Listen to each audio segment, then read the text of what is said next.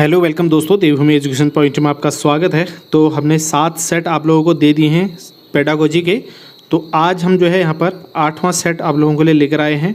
इस 8वें सेट के अंदर भी हम जो है 30 क्वेश्चन यहाँ पर आपको चाइल्ड डेवलपमेंट एंड पेडागोजी के जो है प्रोवाइड कराने वाले हैं। ठीक है, तो आप लोग लास्ट तक बने रहिए और अपनी प्रतिक्रिया आपको ज़रूर देनी है दोस्तों। बहुत मदद मिलने वाली है, आपको बता देता हूँ इन सेटों से। ठीक है, चलिए शुरू करते हैं।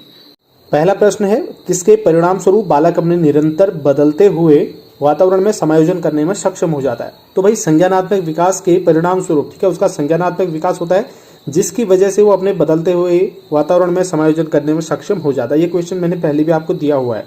निम्नलिखित में से कौन सा सिद्धांत बाल विकास से संबंधित नहीं है? ये भी क्वेश्चन जो है किसी न किसी सेट में या फिर किसी पेपर में मैंने आपको दिया हुआ है। ठीक है, निरंतरता का सिद्धांत, बाल विकास का सिद्धांत, एकीकरण का सिद्धांत और परस्पर संबंध का सिद्धांत भी है।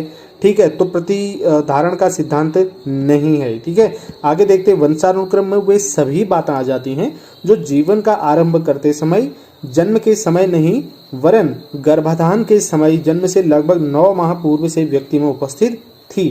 तो ये किसने कहा था? ये किसका कथन है?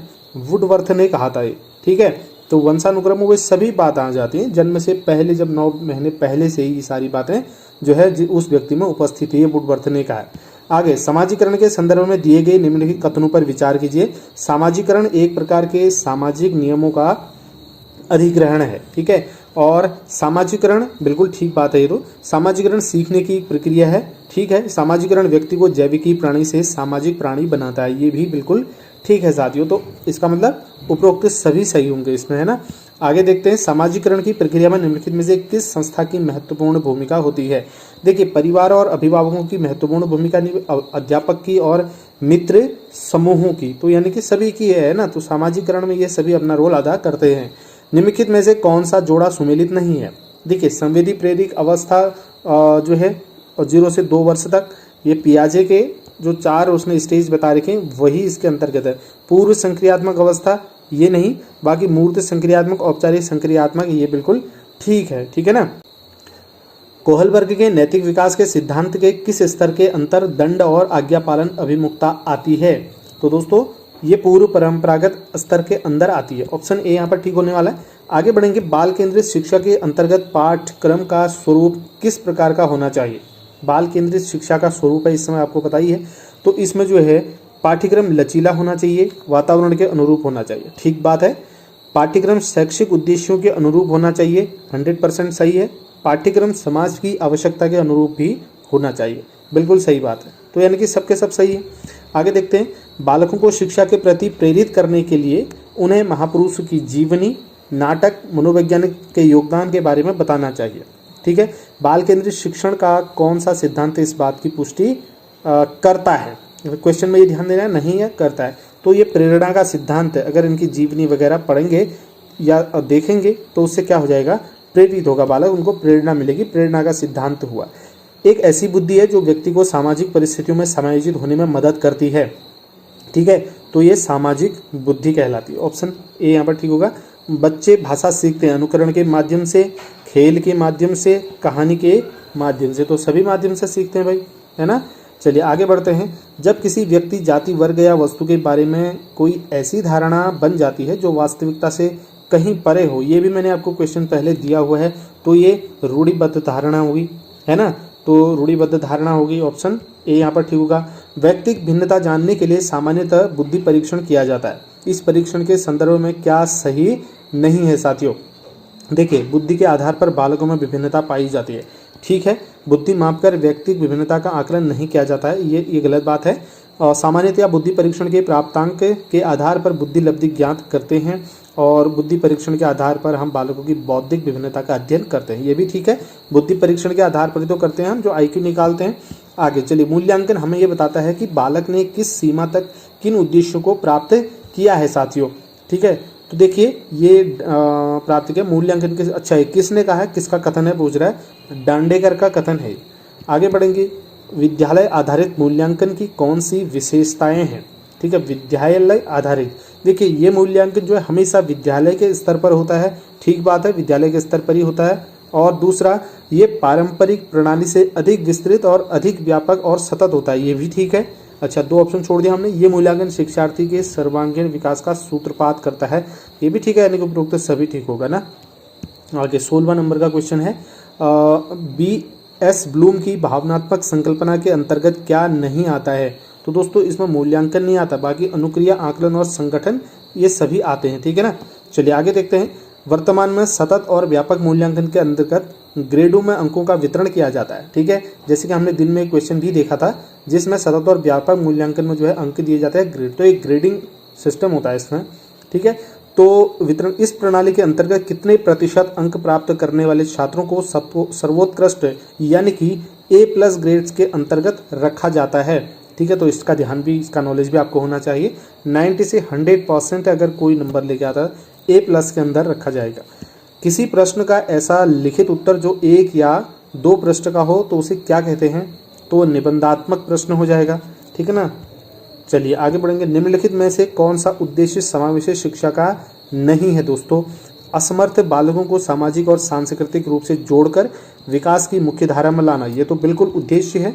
बालकों को शिक्षा देकर देश की प्रगति में उनके मानव संसाधन क्षमता का उपयोग करना, बालकों को आत्मनिर्भर बनाना, ठीक बात है। बालकों में नैतिक मूल्यों का संचार करना, ये भी ठीक बात है। तो यानी कि ये वाला जो है ऑप्शन बी इसके लिए उचित नहीं लगता, बाकी ज़्यादा ठीक लगते हैं सारे के सारे, है ना। चलिए आगे देखेंगे। सामान्यतः पिछड़ेपन का प्रयोग उन बालकों के लिए होता है जिनकी शैक्षणिक उपलब्धि उनकी स्वाभाविक योग्यता के स्तर से कम हो। पिछड़े बालकों के संदर्भ में ये कथन किस मनोवैज्ञानिक का है? तो ये बर्टन ने कहा था, ऑप्शन सी यहाँ पर ठीक होगा, बर्टन ने। आगे देखते हैं। प्रतिभाशाली विद्यार्थियों के संदर्भ में कौन सा कथन सही नहीं है प्रतिभाशाली विद्यार्थियों के संदर्भ में, ठीक है।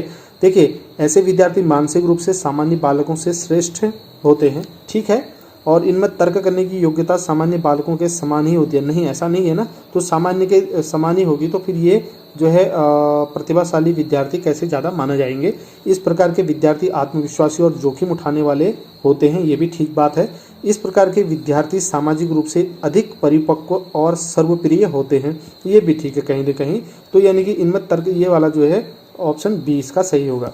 निगमनात्मक तर्कणा चलती है, तो दोस्तों सामान्य से विशिष्ट की ओर चलती है ये, ठीक है, सामान्य से विशिष्ट की ओर। आगमन और निगमन प्रणाली आपने पढ़ी है, तो निगमन में नियम से क्या हो जाता है, उदाहरणों की तरफ, और आगमन में उदाहरणों से नियमों की तरफ चलते हैं। तो इसी प्रकार से अब ये चीज़ वही है।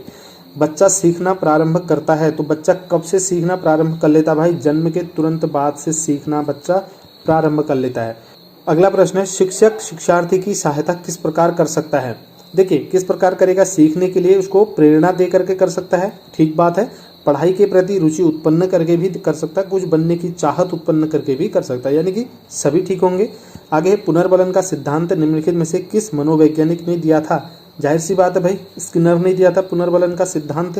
देखेंगे आप, प्रसिद्ध मनोवैज्ञानिक स्किनर ने समस्या समाधान का वैज्ञानिक विधि को, समस्या समाधान की, यहाँ पर की है, कि वैज्ञानिक विधि को कितने सोपानों में बांटा हुआ है? तो ये 6 सोपानों में बांटा हुआ है इसने, किसने? स्किनर ने।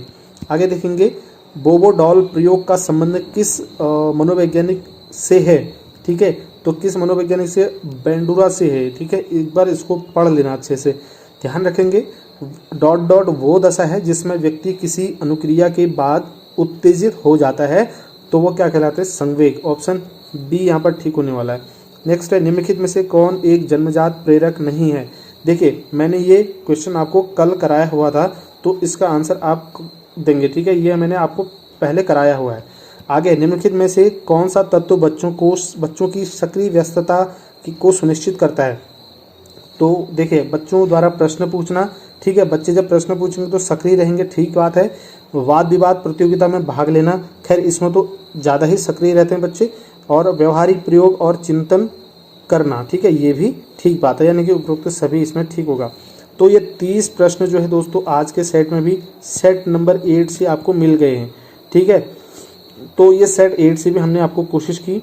हमारे पास जो है जितना भी मटेरियल होता है एजुकेशनल, तो हम आप लोगों तक चाहते हैं कि आपके पेपर होने तक, आपके एग्ज़ाम होने तक आपके पास पहुंच जाए, ठीक है। आप इन वीडियोस को, जो MCQs हैं, प्रैक्टिस सेट हैं, इनको आप बैठ करके कलम पेन पकड़ करके आराम से कर भी सकते हैं, अपने आप को जांच भी सकते हैं कि आप hard level, easy level, medium level, कितने तक के क्वेश्चन आप आराम से कर पा रहे हो, ठीक है, इसका जांचने का। दूसरा, आप कोई भी काम कर रहे हैं तो उसके साथ ही साथ भी आप इनका रिवीजन जो है कर सकते हैं ना, मोबाइल में लगा के आप काम करते रहे और ये चीज़ें सुनते रहे, तो उससे आपको ध्यान रहेगा, आवाज़ आपके कानों पे पड़ती रहती है तो वो चीज़ें ध्यान रहती है ना, तो एक ये भी तरीका होता है।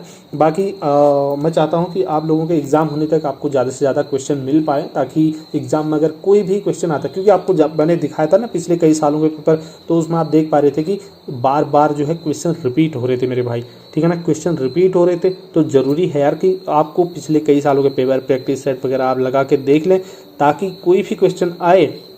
सबसे बड़ी बात यह है, इन क्वेश्चन को समझना पड़ता है, पढ़ना पड़ता है। अगर आपने वो क्वेश्चन पहले से देखे होंगे तो आपको ज़्यादा उसको पढ़ने समझने टाइम बचेगा आपका ना, तो फटाक से आप कर लेंगे एकदम से।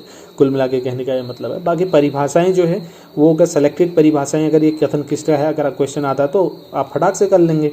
चलिए, इस वीडियो में इतना ही है और ढेर सारी शुभकामनाएं के साथ जो है हम आपको अगले वीडियो में मिलेंगे। धन्यवाद, जय हिंद।